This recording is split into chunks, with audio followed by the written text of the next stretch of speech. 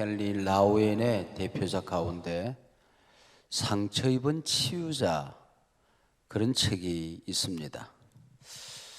우리 장로님들과 여름 수련회를 같이 떠났던 정도라고 하는 신안 앞바다에 조그만한 섬이 있었습니다. 그러니까 예수 믿는 사람이 80~90%가 넘었을 만큼 우리나라 최대의 기독교 도시, 기독교 마을, 기독교 섬이 되어 있더라고요. 이 놀라운 일이 여러분이 아시는 대로 문중경이라고 하는 여자 전도사님 한 분 때문에 이런 어마어마한 일들이 일어나는 것을 보았습니다. 정말 모질게 상처받은 한 여인, 그가 상처 입은 도시의 영혼들을 치유함으로 말미암아 지금도 마을마다 얼마나 교회들이 아름답게 서 있는지, 그 영향력 속에서 자라난 많은 기독교 지도자들이 있습니다. 원로들 가운데서만 하더라도 CCC의 김정곤 목사님, 성결교단의 최대의 거성 가운데 한 분인 이만신 목사님, 지금도 건강하게 살아 계셔서 이 땅의 많은 영혼들을 치유하는 치유 교수 정태기 목사님, 이런 분들이 전부 다 그 영향력 속에서 자라난 사람들이라는 것을 알게 되었습니다. 이 정태기 목사님에게 제가 들었던 얘기인데요, 그분이 하셨던 말씀 가운데에 건강한 자아상, 이것이 모든 문제를 해결한다는 말씀을 제가 들은 적이 있습니다. 미국의 교포 가운데에 강동만 집사라는 분이 계시대요. 이분은 큰 호텔업을 하시는 분이신데 한 번씩 사냥개를 다루고 깊은 산속에 들어가서 사냥하는 그런 허가권을 받아가지고 사냥을 굉장히 즐기는 분이라고 합니다. 한 번은 휴가를 내서 그 사냥개들 가운데, 자기 집에 있는 개들 가운데 가장 아주 용맹스러운 개 2마리를 딱 집차에 싣고 아주 깊은 산속에 들어갔습니다.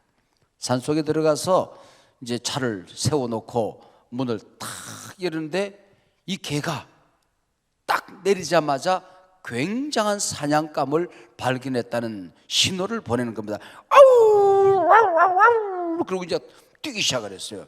야, 오늘 이제 사냥개가 뭔가 한번 물고 오겠구나 하고 탁 뒤따라 총을 탁 장전해서 뒤따라가는데 보니까 이제 사냥감을 발견했습니다, 포위했습니다, 어서 오세요 하고 소리를 지르는 거야.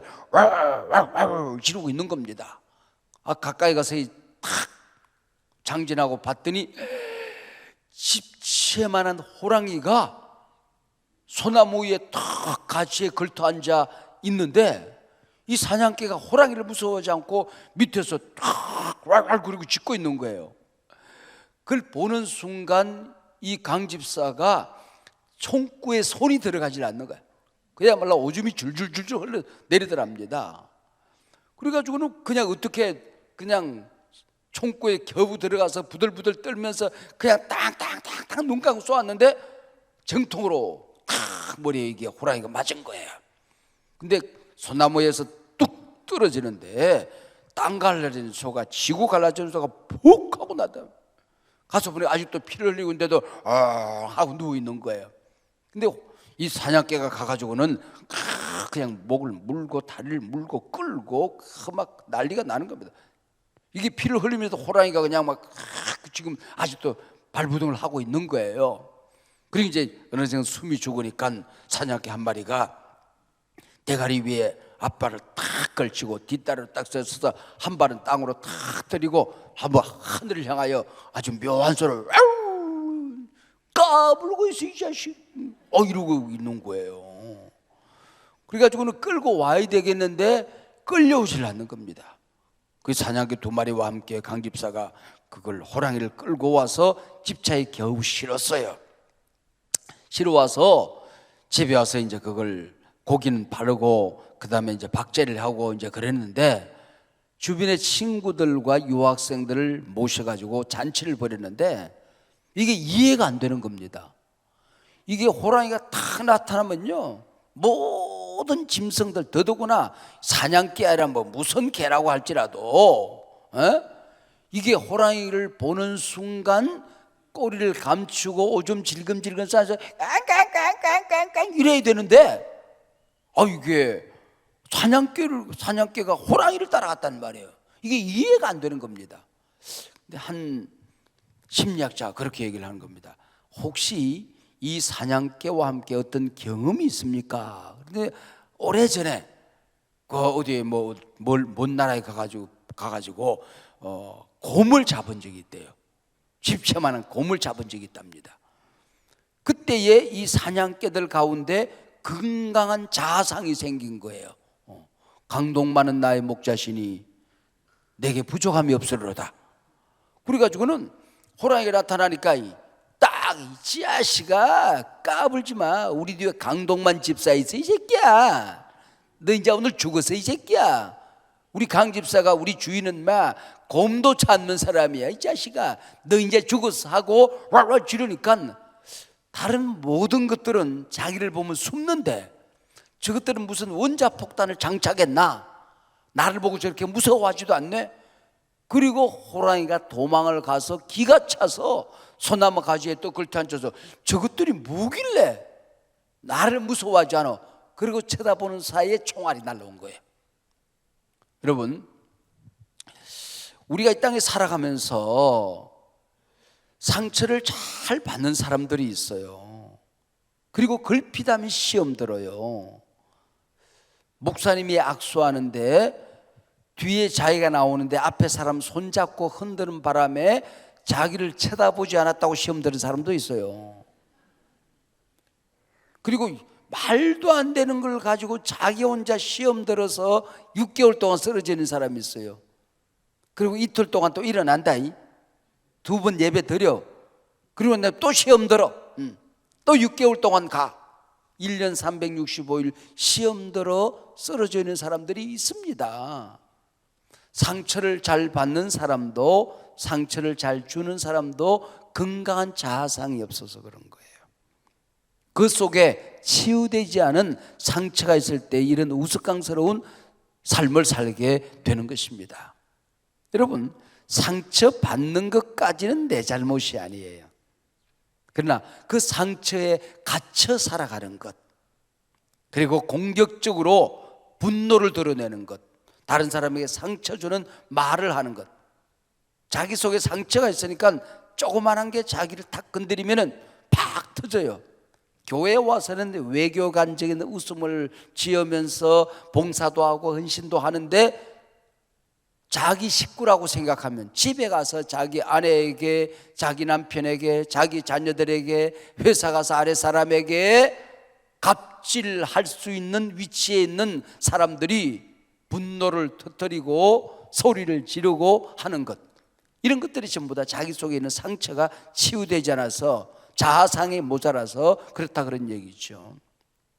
하나님이 우리에게 어마어마한 우리 자신의 상처를, 내 곁에 있는 사람들의 아픔과 약점을 치유할 수 있는 어마어마한 자산들을 우리에게 주셨다는 것입니다. 우리에게는 말씀이 있잖아요. 말씀. 온갖 문제를 해결하는, 우리에게는 예수님의 권세가 있잖아요. 제가 소망교회 기도원에 올라가다 보니까 공장이 하나 있더라고. 그 공장이 그렇게 써놔서 God is the key, 하나님은 열쇠다. 내가 궁금해서 가봤더니 거기가 그 자물쇠 열쇠 공장이야. 근데 거기서 하나님이 열쇠다 그렇게 써놨어요. God is the key, Jesus is the key, Holy Spirit is the key. 하나님은 우리 모든 문제를 해결하는 열쇠가 되시는 분이십니다. 우리는 기도의 능력이 있잖아. 영접하는 자 곧 그 이름을 믿는 자들에게는 하나님의 자녀가 되는 뭘 주셨어요? 권세를 주셨네. 우리 권세가 있다는 말이죠. 성령의 능력이 있어요.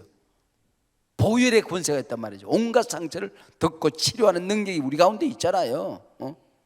초대교회에 저 경상도 지방에 있는 그 할머니들이, 선교사님이 드시다 남은 커피를 그렇게 먹으려고 애를 썼대. 왜 그런가 했더니 찬송가에 보니까 이 경상도 분들이 발음이 이상해가지고는 그 피로 속죄함 얻었네. 그런데 커피로 속죄함 얻었네 이렇게 부르는 거야. 그래서 커피가 속죄함 주는 줄 알고. 여러분, 우리는 그 피가 있다는 말이죠. 우리가 상처받는 것은 어쩔 수 없지만은 우리는 상처를 치료할 수 있는 어마어마한 능력과 권세가 우리에게 있단 말이에요. 조개 한 마리가 먹을 것을 찾아서 바다로 나섭니다. 입을 탁탁 탁탁 탁탁 벌리고 나서요. 그러면 파도가 출렁이면서 눈에 보이지도 않는 작은 모래알이 조개살에 가서 착 박혀요. 그러면 이 모래알을 이길 수가 없어서 조개알이 점점 썩어 들어가요. 그러면 바닷속에서 껍데기만 남는다. 그럼 출렁이는 파도에 휩싸여서 모래사장에 조개 껍데기가 덜거덩 올라와. 그걸 가지고 동네 아이들이 소꿉놀이하고 그러는 거예요. 근데 어떤 조개는 먹이를 찾아서 입을 타닥 벌렸는데 출렁이는 파도와 함께 작은 모래알이 살에 가서 쫙 박힙니다. 여러분, 이러면 조개가 이 눈물로 기도로 찬송으로 그래가지고 이렇게 감싸는 거야. 이 조개는 예수 믿는 조개인가 봐. 그래가지고는 계속 수만 번 그 모래알을 감싸요. 이 감싸는 사이에 그게 진주가 되는 거야. 여러분, 똑같이 상처를 받았는데 어떤 조개는 썩어 들어가고 어떤 조개는 진주 조개가 되는 겁니다.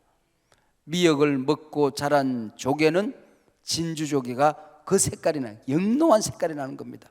그가 뭘 먹느냐에 따라서 어떤 미생물을 먹고 자라냐에 따라서 조개 색깔이 굉장히 다양한 온갖 색깔의 다양한 진주가 만들어지는 것입니다.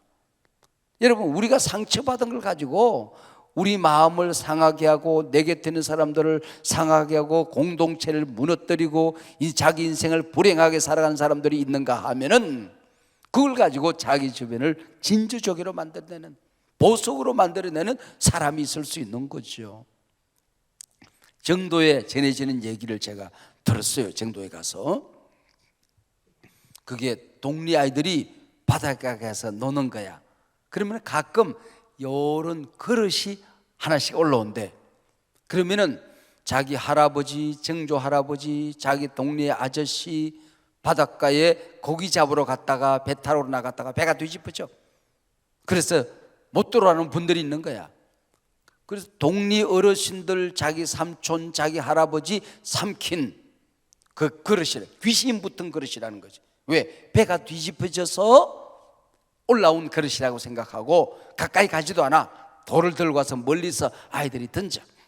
그러면은 그릇이 어떻게 잘 맞춰서 깨져. 그러면 야, 귀신 잡았다. 그러고 가서 그릇을 주워다가 저 멀리 산 밑에 가서 묻어버리고, 귀신을 묻어버리고 그리고 노는 거야. 그 마을에 20살 먹은 좀 모자란 아이가 있었어. 초등학교도 못 가. 좀 모자라니까 친구들이 초등학교 아이들이야. 그 아이들이 학교 가고 나면은 자기는 혼자 놀아야 되잖아. 그래서 바닷가에 혼자 놀러 가는 거야. 룰루룰루루 룰루룰루루 그러고 나가는 거야. 가서 보니까 그릇이 하나 있거든. 이 아이는 뭘 모르니까, 귀신이 붙었는지 뭔지 모르니까 그릇을 가지고 오는 거야. 엄마, 나 그릇 하나 두었다. 그릇 하나 두었다. 그리고 오니까 그걸 왜 들고 왔냐고. 마당 가운데 던져 놓으라고. 던지라고 굴러 다니는데 얘가 잘 안 깨져. 그래가지고는 그 집에서 개밥을 거기 주었다. 개밥을 써. 그래서 거기서 개밥을 주면 걔가 호박호박 먹고 이제 그러는 거야. 그런데 서울에 유학 갔던 누가 돌아와서 보니까 개밥 그릇이 이상하게 생겼거든. 그 개밥 그릇 좀 빌려달라고. 그러라고, 가져가라고, 그냥 갖다 쓰라고. 그래서 그걸 들고 가서 감정을 해봤더니 그 그릇 하나가 신안군에 있는 모든 집, 모든 아파트보다도 훨씬 더 비싼 보물이라는 걸 알게 된 거예요. 그리고 며칠 있다가 한 어부가 그물을 휙 던졌는데 그 그물에 그릇이 몇 개 걸려 올라온 거야. 이게 이제 소문이 나니까 서울에서 탐사대가 내려온 겁니다. 새끼줄 쫙 치고 호루라기 후루룩 불고 접근 금지.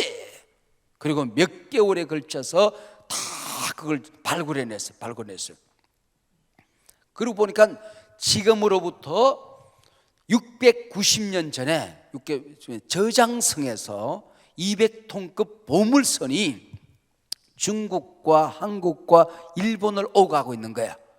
일본 학가당으로 가다가 정도 앞바다에 700년 전에 깔아앉은 거예요.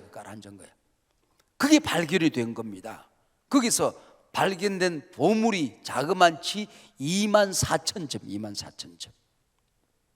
거기서 동전이 일본 돈, 한국 돈, 그리고 중국 돈이 그게 얼마? 28톤이 배에 실려 있는 거야. 그게 숫자로 계산을 했더니 그게 800만 개. 입이 벌어져 다 무는데 5분 걸려. 여러분, 이것이 이제 작년 여름에 국립박물관에 진열이 되어졌어요. 오랫동안 수많은 사람들이 가서 그걸 보고 왔어요. 여러분, 우리가 이 땅에 태어났다는 자체가 내 곁에 나와 함께 만났던 이 배우자, 하나님이 우리 가정에 주신 우리의 소중한 자녀들, 우리가 여기 계신 분들이요, 여기 몇 년 같이 신앙생활 하실 분들이 아니에요. 우리가 다 함께 영원히 천국에 가서 영원히 함께 살 거예요. 할렐루야. 어마어마한 일이잖아. 우리가 나도 보물이고 너도 보물이야. 당신은 소중한 사람, 당신은 존귀한 사람, 이 세상에 하나뿐인 당신은 너무나도 소중한 사람. 보물이잖아. 보물. 근데 그 보물이 누군가 던진 돌 하나 때문에, 엄마가 던진 말 한마디 때문에, 아빠가 던진 매질 한 번 때문에, 학교에 가서 선생님이 구박했던 구박 때문에, 친구들의 왕따 대무 때문에, 회사 가서 실패했던 경험 때문에, 쫓겨났던 일 때문에, 배신당한 친구 때문에, 여러분 차별 대우 받았던 것들 때문에 이게 돌멩이가 돼가지고는 그 보물이 박샤 깨진 사람들이 얼마나 많이 있습니까? 아직 깨지지는 않았어. 근데 내가 얼마나 소중한 걸 몰라가지고는 개밥그릇으로 쓰임받아. 말도 개밥그릇처럼 해. 예배 한 번을 드려도 개밥그릇처럼 예배를 드려. 찬송을 해도 개밥그릇처럼 찬송을 해. 내가 얼마나 지금 소중한 자리에 있다는 걸 몰라서 그런 거죠. 자기 남편, 자기 아내를 개밥그릇처럼 취급을 해. 하나님이 우리에게 맡겨진 이 소중한 자녀들, 이 손주들 개밥그릇처럼 생각해. 교회에 내 곁에 있는 소중한 사람들을 개밥그릇이라 와라. 여러분, 보물로 살아가는 사람들이 있는가 하면, 개밥그릇으로 살아가는 사람이 있는가 하면은 쓸데없는 그 상처를 주는 말 한마디 때문에 자신의 보물이 팍샥 깨진 사람들이 이 땅에 얼마나 많이 있냐, 그런 얘기죠. 여러분, 이 수많은 상처 가운데 대장 상처가 있어요. 대장 상처. 그 대장 상처가 바로 우리 심리학에서는, 치유신학에서는 골리앗 상처라고 그래요. 골리앗이 하나님의 성민 이스라엘과 지금 맞짱을 뜨고 싸움을 하고 있잖아요. 그가 뭐라고 그러는 거 아니? 굉장히 중요한 말을 합니다. 야, 너희들 가운데 대장이 없냐? 나와라. 그 대장하고 나하고 한번 맞짱을 뜨자. 내가 이기면 너희들이 내 종이 될 것이고, 너희들이 이기면, 너희 대장이 이기면 우리가 너희 종이 될 것이다. 야, 기가 막힌 얘기 잘 들으세요. 상처하고 내가 지금 싸워서 이겨야 되잖아요. 그 상처한테 내가 지면 내가 상처의 종이 되는 거야. 상처에 갇혀서 살아가. 죄와 맞짱을 떠가지고 죄가 나를 이기면 그 죄의 세장에 갇힌 한 마리 새처럼 꼼짝달싹할 수 없는 불쌍한 삶을 살게 되는 거야. 감옥에 갇힌 사람처럼 살아가게 되는 거야. 내가 이기면 그것들은 아무것도 아니야. 야, 저것들은 내 밥이다. 어떤 사람은 지금 자기 앞에, 자기가 그들 적군 앞에 자기 메뚜기처럼 은매 기주고 하고 살아가는데, 갈렙과 여호수아는 저건 내 밥이다. 여러분, 상처가 밥이 돼버리는 겁니다. 그래서 상처가 사명이 되어 있는 사람이 참 많이 있어요. 상처가 오히려 유익이 되어서 살아가는 사람들이, 양식이 되어 살아가는 사람들이 얼마든지 있을 수 있는 거다, 그런 얘기죠. 근데 그 골리앗을 이긴 사람이 누굽니까? 다윗이거든. 우리가 잘 알는 대로 물맷돌로 다윗의 이마를 딱 맞춰서 쓰러뜨리고 그 목을 쳤다고 그래. 근데 성경을 읽어보면 나는 이해가 잘 안 돼. 골리앗이 키가 3m 가까이 됩니다. 그리고 머리에 멀수노관이 노투구를 썼어요. 강철로 된 투구를 탁 쏘고 있는 거야. 이마가 드러나지 않았어. 근데 그 이마가 어떻게 돌이 가서 맞춰집니까? 그리고 어린 갑옷, 비늘, 강철 비늘로 만든 갑옷을 입고 있었어요. 얼마나 힘이 센지. 배틀채 같은 창을 들고 있어. 단창을 옷에다가 탁 꽂고 있었어요. 어디가 돌을 어디다 던져. 그것뿐만 아니라 방패를 든 부관이 앞에 막고 있었어. 여러분, 불화살이 날아와도 이 큰 방패를 가지고 착착착착착 막으면 끝나는 거야. 근데 그게 어떻게 물맷돌로 가지고 골리앗을 맞춥니까? 있을 수 없는 일이거든. 근데 랍비들이 그렇게 해석을 하는 거야. 유대인 랍비들이 어떻게 하는 거 아니? 조그만한 녀석이 골리앗 앞에 나서잖아요. 그리고 하는 얘기가, 너는 칼과 창과 단창으로 내게 나오지만은 나는 네가 더도하는 만군의 너와 이름으로 너에게 나간다. 이놈아, 가만히 듣거라. 전쟁은 여호와께 속한 것이니라. 그러고 달려가는 거야. 그랬더니 골리앗이 하도 기가 차니까 이 녀석아, 네가 나를 독리 강아지 새끼로 알았냐? 내가 너를 공중에 휙 던져서 독수리 밥이 되게 해주겠다. 그때에 골리앗이 하도 기가 차서 내가 늘 공중에 이럴 때 내가 늘 공중에 이러니까 투구가 휙 벗겨졌다는 거예요. 그 투구가 두글딱 굴러간 거야. 그랬더니 부관이 방패를 놓고 투구 주스로 간 사이에 이마에 투구가 벗겨지니까 이마가 드러났단 말이야. 그래서 물맷돌로 싱싱싱 돌려서 탁 던지니까 날아가서 이마에 가서 콱 박힌 거야. 우리 몸에 뼈들이 많지만은 제일 단단한 뼈가 두개골입니다. 이게 여기가 깨질 수는 있지만은 여기 돌이 박히는 것은 있을 수가 없는 일이야. 근데 돌이 가서 박혀버렸어.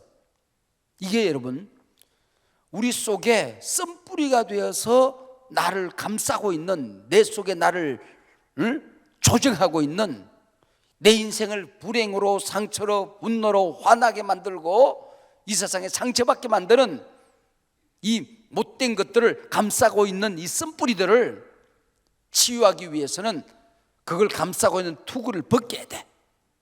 그리고 그것을 집을 짓고 있는 방패가 땅에 내려져야 돼.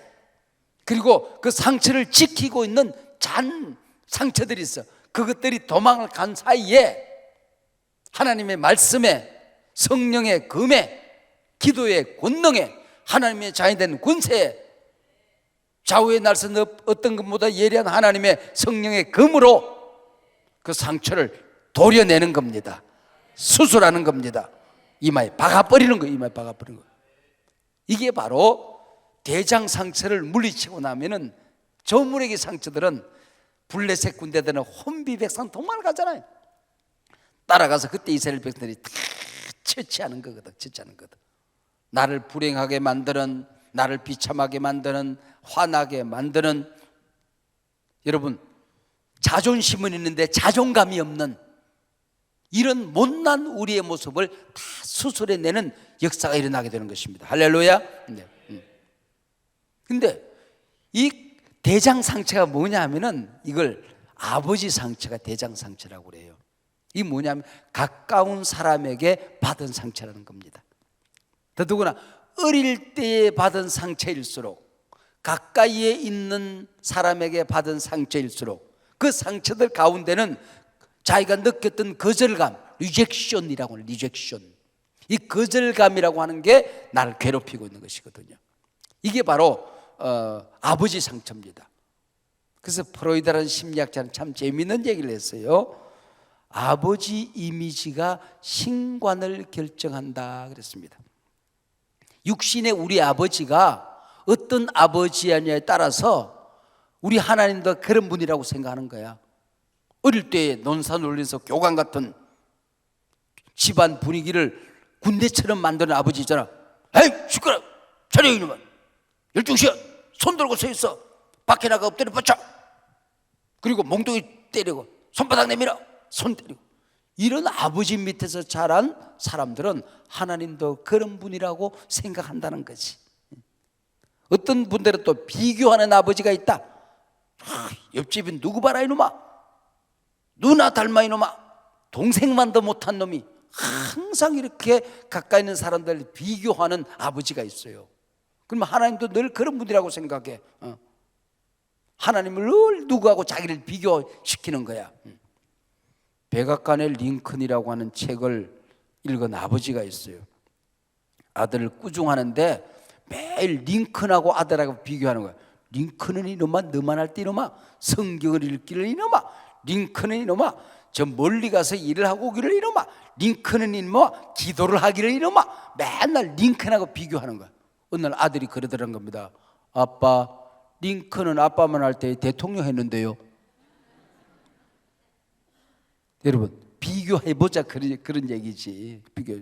어떤 아버지는 무능한 아버지야. 등록금도 못 해주고, 수학여행 가는데 도와주기도 못 해주고, 맨날 옷도 거지처럼 입히고. 아버지가 무능하면 하나님도 무능한 분이라고 생각하고 기도를 잘 안 해요. 기도해봤자 하나님이 응답 주실 만한 능력이 없다고 생각하는 거야. 2번 전지전능하다고 말해. 근데 이미지가 그렇게 떠오르지를 않아. 그리고 무뚝뚝한 아버지, 사랑한다, 소중하다, 귀하다, 이쁘다, 아이고 잘했구나, 칭찬을 들어보지 못한 사람들은 하나님도 그런 분이라고 생각해. 하나님 나를 격려하고, 강하라, 담대하라, 놀라지 말라, 내가 너와 함께한다, 어디 가든지 내가 너를 지킨다, 이런 말이 귀에는 들어오는데 마음까지 오지를 않아. 아버지 이미지가 신관을 결정한다는 것입니다. 어린아이가 딱 태어나고 나면은 집안에 있는 엄마 아빠가 전지전능하게 보여. 나이가 들고 보면은 아빠도 실수를 할 수 있구나, 아빠에게도 아픔이 있구나, 엄마도 모르는 게 있구나, 다 깨닫는 날이 있지. 조금 있으면은 엄마가 나보다 무식하구나, 다 알아. 그런데 어릴 때는 엄마 아빠가 전지전능하다.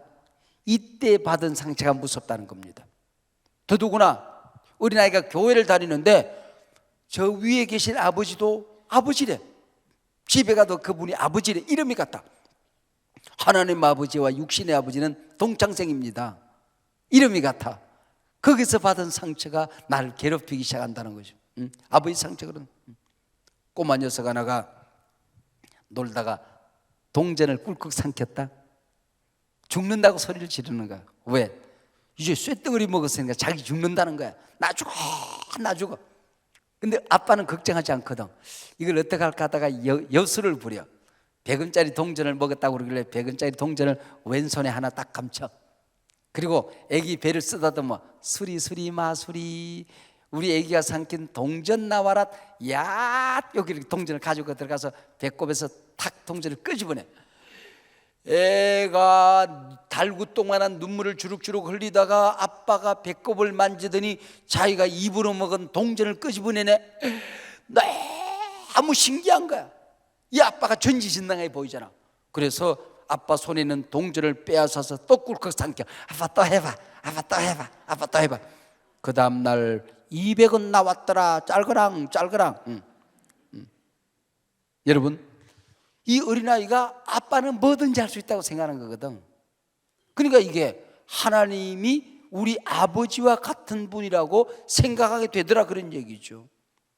여러분, 더더구나 가정 안에서는요, 다 자기가 자식 잘 되라고 하는 일이었어.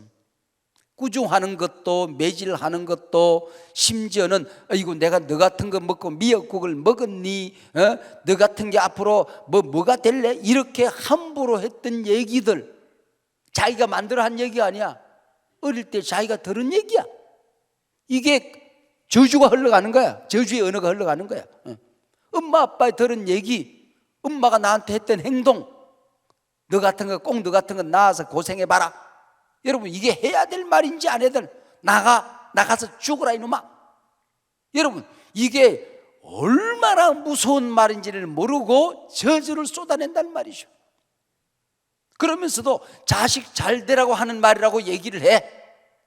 그리고 더더구나 피부가 닿는 매질, 머리를 때린다든지 손으로 엉덩이를 때린다든지, 피부와 피부가 닿았을 때 오는 이 피부의 상처가 내 내면의 상처를 얼마나 모질게 아프게 하는지 몰라. 가까이 있기 때문에 하는 줄 알아. 심지어는 자기 아내나 자기 남편을 때리는 인간도 있어요. 여러분, 이게 얼마나 저주스러운 행동인지, 내 속에 있는 독이 상대방에게, 소중한 사람에게 전달되는지를 모르고 이렇게 하는 사람들이 있단 말이에요. 그리고 그걸 말로 쏟아부는 사람, 눈으로 레이저를 쏟아부는 사람. 여러분, 이게 눈이 따뜻하지 않은 가정들이 얼마나 많은지 모릅니다. 이게 그러면서 뭐라고 하는 게, 나 같은 남편 있으면 나와보라고 그래 이래요. 저녁에 집에 들어간 거 하나 가지고, 월급 한번 갖다 준 거 한번 가지고, 나 같은 마누라 있으면 나와보라고 그래. 밥 한 번 해준 가지고, 나 같은 엄마 있으면 나와보라고 그래 이놈아. 나 같은 아빠 있으면 나와보라고 그래. 나가보세요. 안산 시민이 다 나와 있지. 안 나가보고 하는 사례하니까. 여러분, 상처는 가까이에서 오는 겁니다. 거절감은 소중한 사람으로부터 오는 거다, 그런 얘기. 가까이 있는 사람에게 오는 거예요. 이게 우리의 불행이죠. 여러분, 여러분이 저 아프리카에 울릉구리 울퉁불퉁 추장님에게 상처받아 분 계십니까? 내 엄마, 내 아빠, 같은 예전도에 같은 구역 식구, 같이 사역하다가 찬양대 하다가 같이 교사하다가 서로 주고받은 상처 아니었습니까? 여러분, 이 가까이에서 주고받은 상처, 거기서 당한 왕따, 거기에 당한 거절감, 이게 골리앗 상처가 돼가지고는 나를 지금 괴롭히고 있다고 하는 것이죠. 그럼 어떻게 이걸 문제를 해결할까요? 어떻게 문제를 할까요? 이걸 십자가 밑으로 가져가는 것입니다. 우리 예수님께서 마지막에 십자가에 달려 돌아가시면서 테텔레스타이, 다 이루었다고 그랬거든. 그 다 이루었다는 이 소리는 너의 모든 영적인 문제 내가 해결하고 너를 구원했느니라, 너를 하나님의 자녀 삼았느니라, 너의 모든 죄를 내가 담당했느니라, 내 내면의 상처, 아픔, 실패, 절망, 좌절, 걱정, 근심, 문제, 온갖 것들을 나 해결했느니라. 할렐루야. 육체적인 질병 내가 다 해결했느니라. 환경의 모든 무거운 짐을 내가 해결했느니라. 사랑관계의 모든 아픔을 내가 해결했느니라. 테텔레스 다 이렇다. 십자가 밑으로 가져가는 것입니다. 종교개혁자 루터의 신학 가운데 가장 위대한 신앙이 이신칭의 justification, 믿음으로 의롭다함을 받는 신학과 칭의론이라고 하는 겁니다. 그러게 즐거운 교환이라는 게 있어요. 우리 인생의 문제를 십자가 밑으로 예수님께로 가져가면 예수님이 다 받으시고 쓰레기를 받으시고 좋은 것으로, 기쁨으로, 행복으로, 구원으로, 은혜로, 천국으로 우리에게 선물로 주시는 것입니다. 이게 즐거운 교환의 신학이거든. 즐거운 교환의 신학이를 십자가 밑으로 가져가는 겁니다. 그리고 내게 상처 준 사람을 용서해야 돼요. 여러분, 우리 아버지가 돌아가셔도 그 아버지의 상처는 내 안에 살아있어요. 내 어머니가 세상을 떠났어요. 나도 이제 70, 80이 되었어요. 그래도 내 아버지, 어머니가 내 속에 살아있어요. 엄마, 아빠가 생각이 나요. 접은 것도 생각이 나고 상처받은 것도 생각이 나요. 잊어버렸지만 내 피 속에 묻어있고 뼈 속에, 내 삶 속에, 언어 속에 묻어있어요. 주의 이름으로 그분들을 용서하시길 바랍니다. 하나님이 우리를 용서하셨듯이 그분들을 용서하는 겁니다. 그리고 상처받은 자기 자신을 달래줘야 돼요.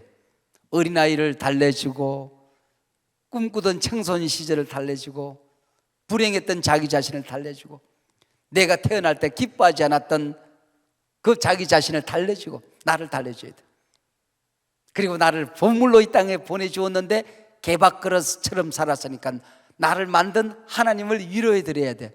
하나님, 속상하셨죠? 저 잘 살게요.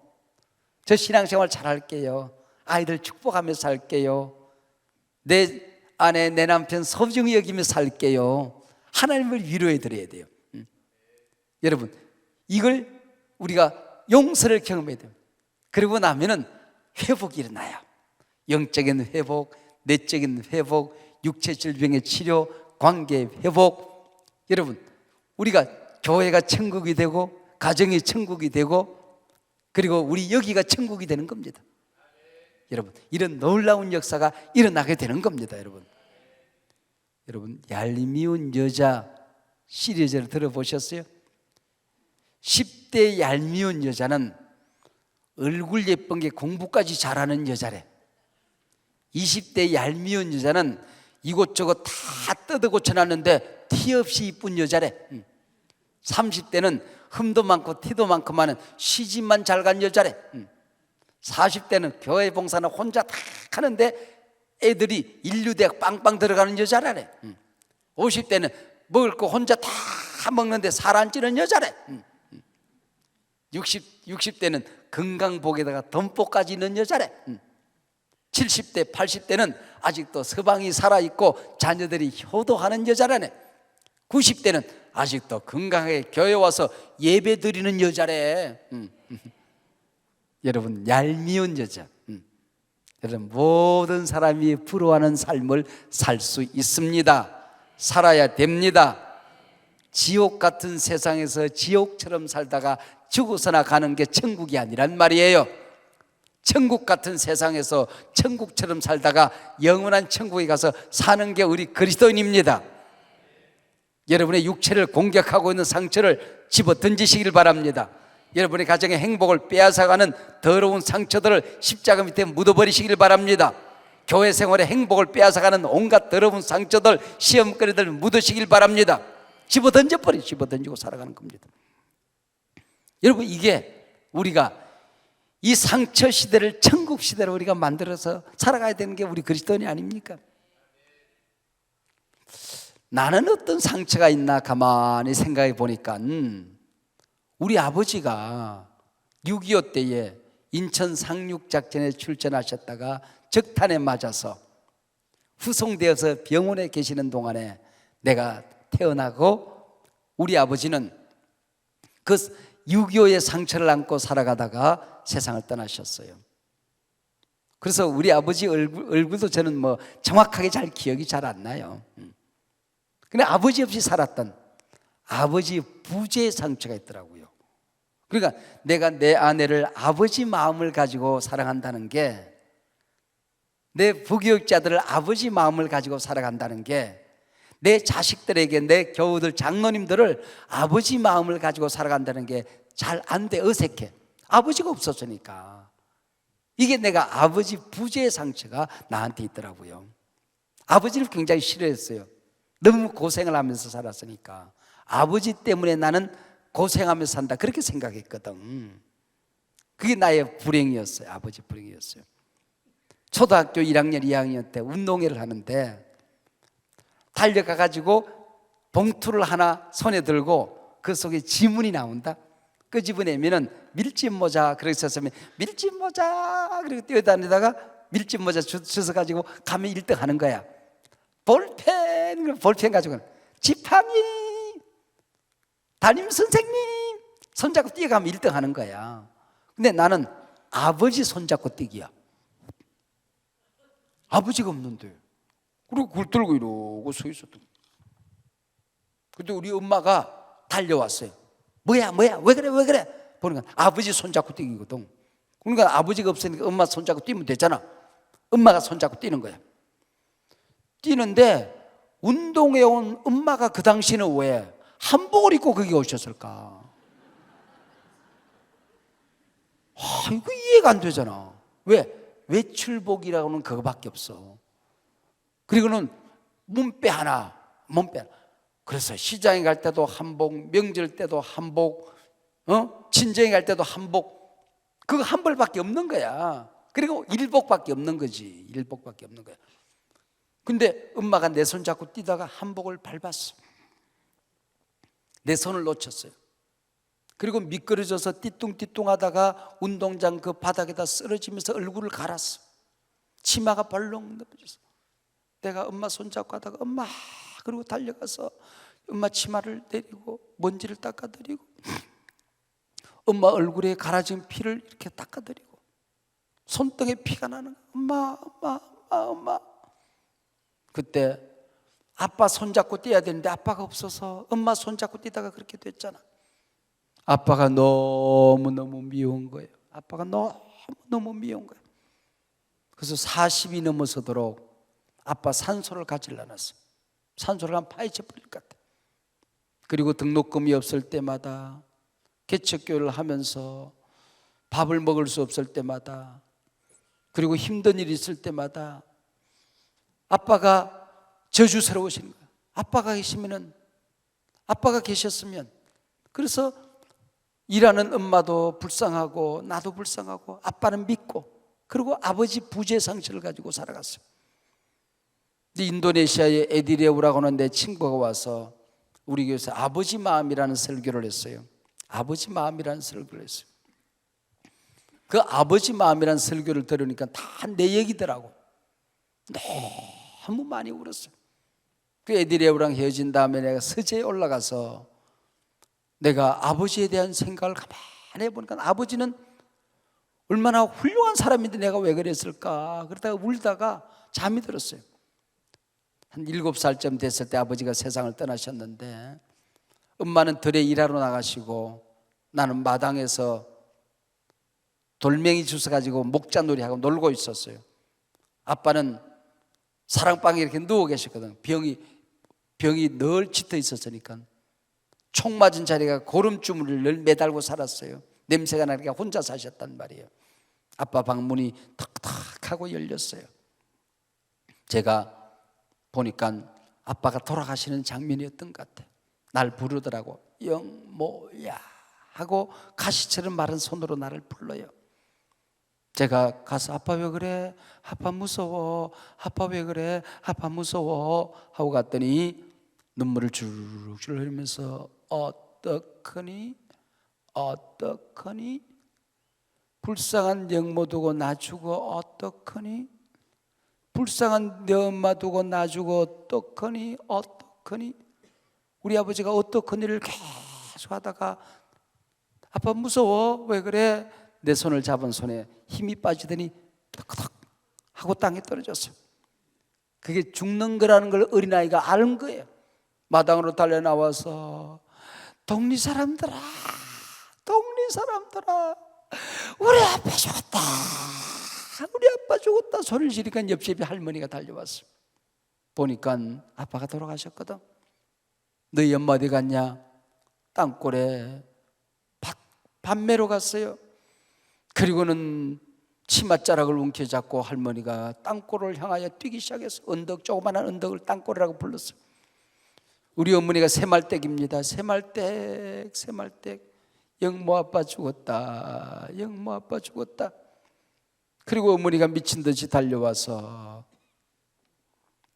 장례를 치르는데 그러다가 그게 생각이 난 거예요. 그리고 보니까 아빠는 우리를 너무 사랑했고 너무 안쓰러워했고 돌아가시면서 얼마나 당신의 죽는 것보다도 사랑하는 아내와 어린 자식을 두고 죽는 게 얼마나 힘들었을까. 왜 그렇게 일찍 돌아가셨을까? 우리 엄마는 30에 청상이 되었고 우리 아빠는 32살에 돌아가셨습니다. 청년입니다. 나라를 지키다가 돌아가셨거든. 우리 아빠가 안 계셨으면 이 나라가 어떻게 됐을까 생각하니까 나는 자랑스러운 애국자의 아들이잖아. 나는 자랑스러운 아빠의 아들이잖아. 그리고 나는 그 아빠의 사랑을 먹은데 그걸 못 깨달았던 거지. 아빠를 내가 왜 미워했을까? 아빠를 사랑하는 노래를 불렀습니다. 하나님 아버지의 마음을 받아서 나는 하나님 아버지가 너무 좋았거든. 육신의 아빠가 없었지만은 힘든 일이 있어도 아버지를 불렀고, 어려운 일이 있어도 아버지 부르면 다 해결됐고, 교회 가서 우리 실망시켜야 되는 아버지가 나한테 있었잖아. 아버지 사랑합니다. 아버지 경배합니다. 아버지 노래를 계속 불렀어요. 아버지 마음을 채워주세요. 아버지 마음 채워주세요. 그 경험을 하고 난 다음에 지금 20년이 지났는데 그 사이에 내 속에 없던 아버지 마음이 생기기 시작해요. 내 곁에 있는 사람들에게 아버지 마음으로 사랑하고 격려하고 축복하는 하나님 아버지가 나한테 찾아오는 것입니다. 여러분의 아버지는 어떤 아버지였습니까? 여러분의 아버지를 용서하시길 바랍니다. 여러분에게 상처를 준 그가 누굽니까? 어머니입니까? 학교 선생님입니까? 회사의 상관입니까? 친구였습니까? 여러분을 배신하고 떠난 여러분의 가까운 사람이었습니까? 여러분의 형제 자매였습니까? 용서하시길 바랍니다. 우리 아버지가 뭘 잘못했어요? 그분도 그분의 아버지에게 받은 게 그거밖에 없었는데, 그래서 여러분의 가문에, 여러분의 가정에 내려오는 잘못된 모든 것들은 오늘 이 새벽에 깨끗이 끝장내버리고, 이제는 내 속에 아버지 사랑과 아버지 마음이 회복되어져서 행복한 천국이 여러분 속에 건설되고 여러분으로 말미암아 내게 되는 모든 사람들에게 건설되어야 하는 것입니다. 이게 내가 아버지가 되고 교회 리더가 되고 예수를 믿고 이 세상을 천국으로 만들어야 될 책임 있는 우리의 삶의 자세이지요. 여러분, 이 더러운 상처에 갇혀 살아가는 것 우리 것이 아닙니다. 실패와 절망과 분노, 미움, 여기에 갇혀 살아가는 게 우리 그리스도인의 삶이 아니라는 것입니다. 여러분, 여러분이 천국이, 여러분 마음의 천국이, 가정의 천국이, 교회 생활의 천국이 건설되시기를 바랍니다. 기도하시겠습니다. 하나님 아버지, 고맙고 감사합니다. 걸핏하면 상처 주고 상처받고 넘어지고 쓰러지고 시험 들고 또 사탄은 거기에 올라타 우리를 불행으로 몰아가고 내가 받은 상처로 또 다른 사람들을 아프게 하고 이 더러운 상처의 반복을 이 아침 주님 십자가 밑에 내려놓습니다. 보혈로 씻어 주시옵소서. 성령의 기름을 부어 닦아 주시옵소서. 하나님 말씀으로 승리합니다. 주님 날 용서하셨듯이 용서하고 승리하고 일어서기를 원합니다. 이 시간 골리앗의 상처, 아버지 상처, 거절감의 상처, 나를 괴롭히는 더러운 분노의 영 십자가 밑에 집어 던집니다. 저들이 이 시간에 찬양으로 토설할 때에, 기도로 부르짖어 토설할 때에 이 시간 저들의 마음이 회복되어지고 영혼이 깨끗해지고 삶이 정결해지는 시간 되게 하여 주시옵소서. 예수님 이름으로 기도하옵나이다. 아멘.